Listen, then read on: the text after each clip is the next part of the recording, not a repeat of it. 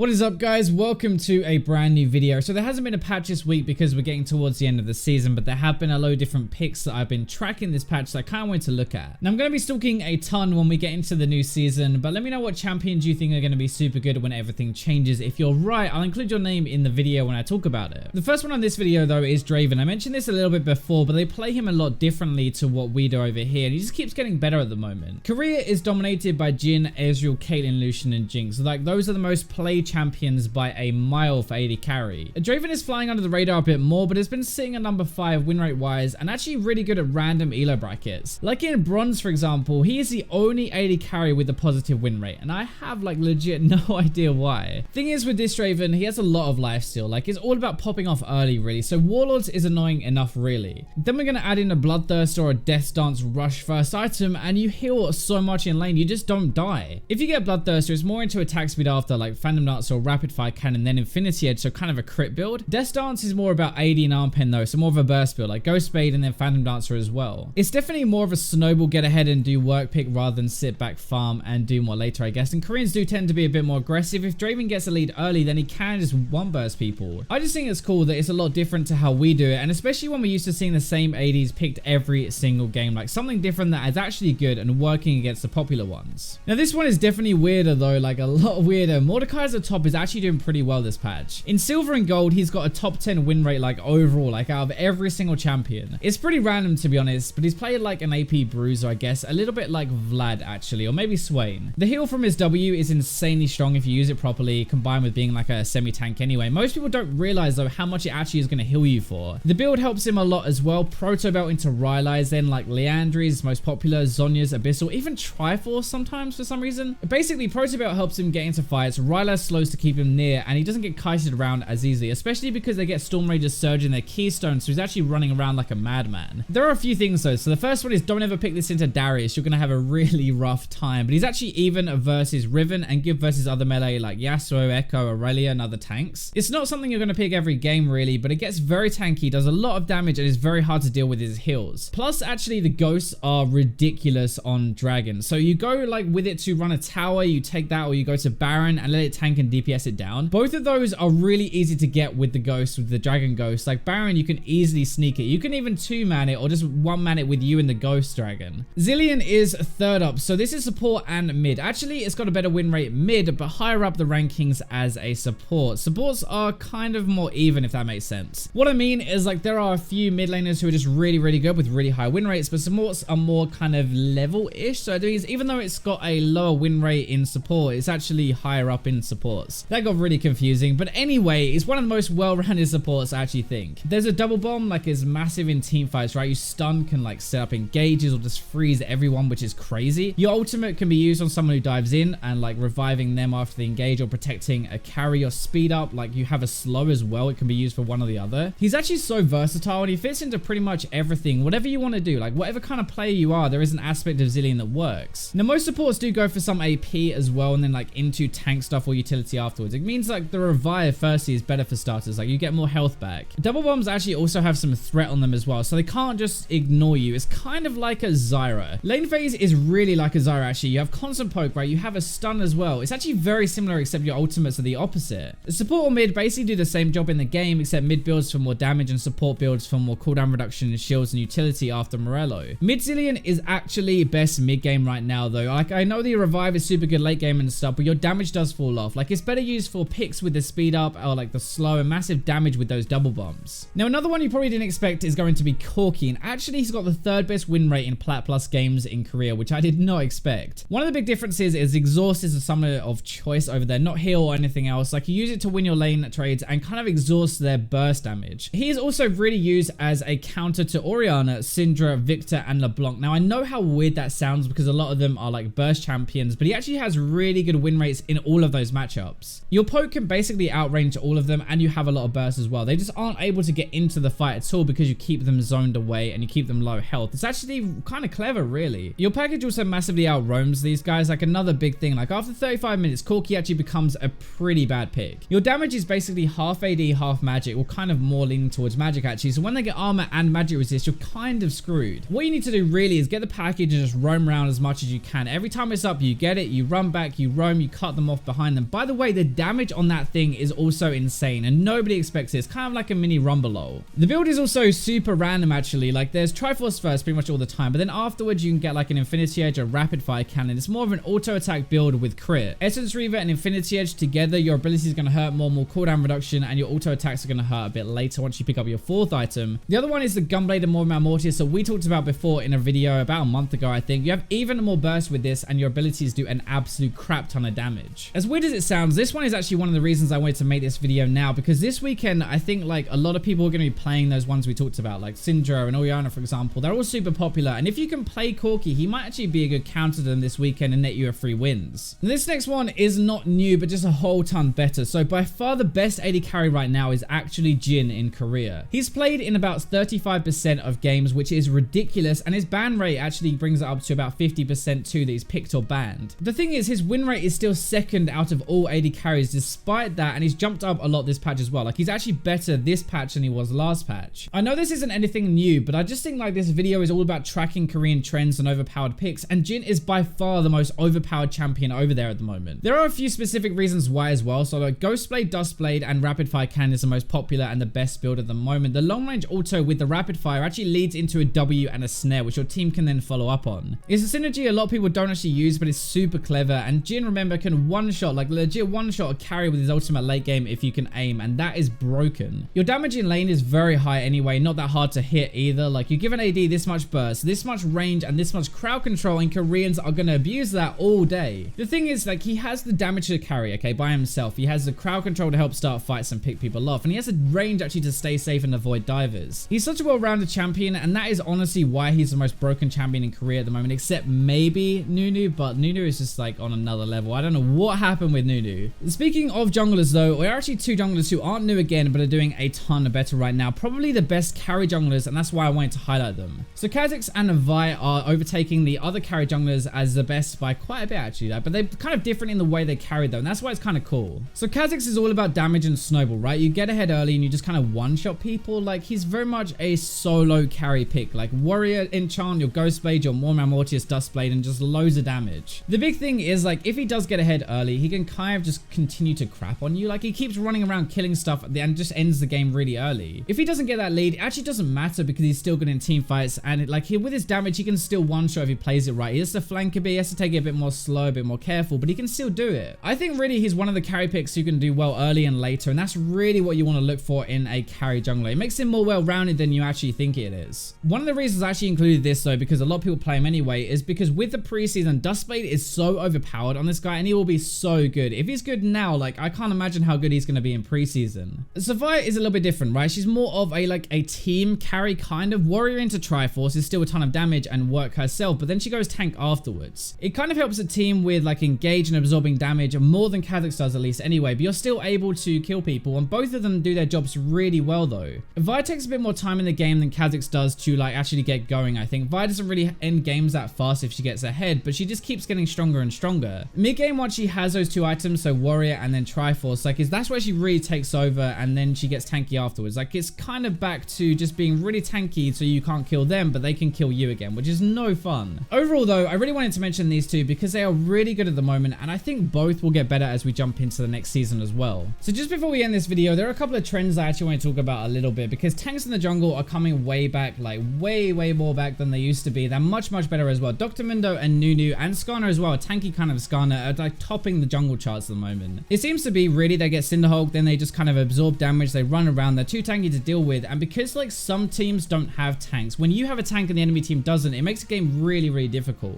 I know I just talked about Kha'Zix and Vi, which are carry junglers, right? And now I'm talking about tanks and stuff, so there's both sides of these. The Vi and the Kha'Zix are basically the best carry junglers at the moment. That's why I wanted to highlight them, but these tanks are doing super good. It's kind of funny as well actually, because as we move to tanks in the jungle in Korea, we're getting more carry top laners. So like Yasuo is spiked up this patch, Cassio, also Pantheon and Annie as well. I honestly don't really know why they're playing Annie top lane. It's really weird. I think it's still better mid lane, honestly. They do exactly the same job though. They build the same and everything like that. I actually tried to work it out. I watched a bunch of replays and I have no idea. I just thought it was really cool to highlight these new picks like Cassio, Pantheon and Yasuo, who are doing really well in the top lane at the moment. And then we have these like jungle tanks coming back. So maybe that's something you want to try this weekend, where you play tanks in the jungle and carry tops. I hope you guys enjoyed the video though. Let me know what your pick's going to be for next season in the comments. Thank you for watching until the end. But for now, let's go to the robots.